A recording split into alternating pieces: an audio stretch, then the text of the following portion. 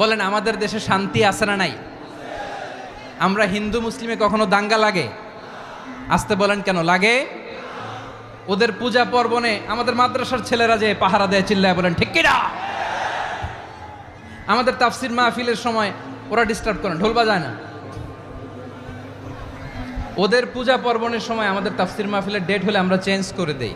সুবহানাল্লাহ, কি সাম্প্রদায়িক সম্প্রীতির রোল মডেল। আর ওই বাংলাদেশের ব্যাপারে তারা অনেক ডিস ইনফরমেশন ছড়াচ্ছিল। ভারতের অনেকগুলো গণমাধ্যম, আমি জেনারেলাইজ করব না, আমাদের প্রতিবেশী দেশের সব গণমাধ্যমকে আমি দোষ দিতে চাই না, অনেকগুলো গণমাধ্যম তারা ডিস ইনফরমেশন শেয়ার করেছে। ডিস ইনফরমেশন আর মিস ইনফরমেশনের পার্থক্য আছে। মিস ইনফরমেশন না জেনে ভুল বুঝে একটা মিথ্যা বা ভুল তথ্য ছড়িয়ে দেয়া, এটার ক্ষমা আছে, এটার কি আছে। আর ডিস ইনফরমেশন মানে ইচ্ছা